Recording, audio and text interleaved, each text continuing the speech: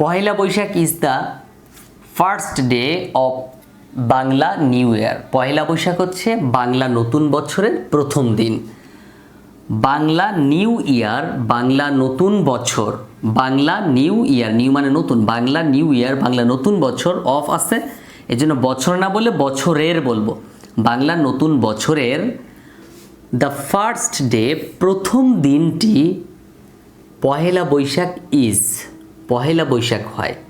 একসাথে যদি বলো, বাংলা নতুন বছরের প্রথম দিন হচ্ছে পহেলা বৈশাখ, যে পহেলা বৈশাখ বাংলা নববর্ষের প্রথম দিন। দ্য ডে, দিনটি, ইজ পাবলিক হলিডে, ওই দিনটি সরকারি ছুটির দিন।